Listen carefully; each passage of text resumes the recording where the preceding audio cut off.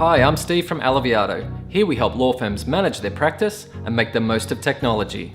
A very common pitfall for law firms is to have expensive, feature-rich software and not making the most of it.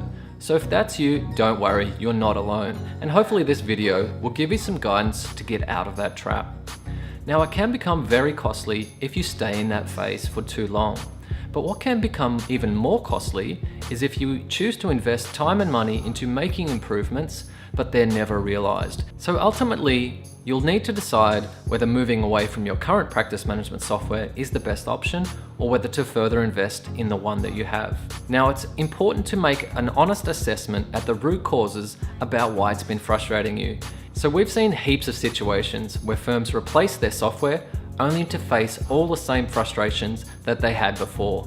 Now, this needs to be avoided at all costs, because this will be really taxing on your wallet, but also on your motivation to ever trust in technology again. In assessing the root cause of why you haven't made the most of your current software, start in the common places. The most common one we see is that firms don't understand their software's full capabilities.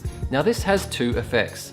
It means the firm will go and source and acquire other software at a cost to fill that perceived gap. And it also means that users are doing things more manually and limiting their output. And another very common cause for frustration is when a firm makes a decision to improve their systems and processes, but they can never get them off the ground.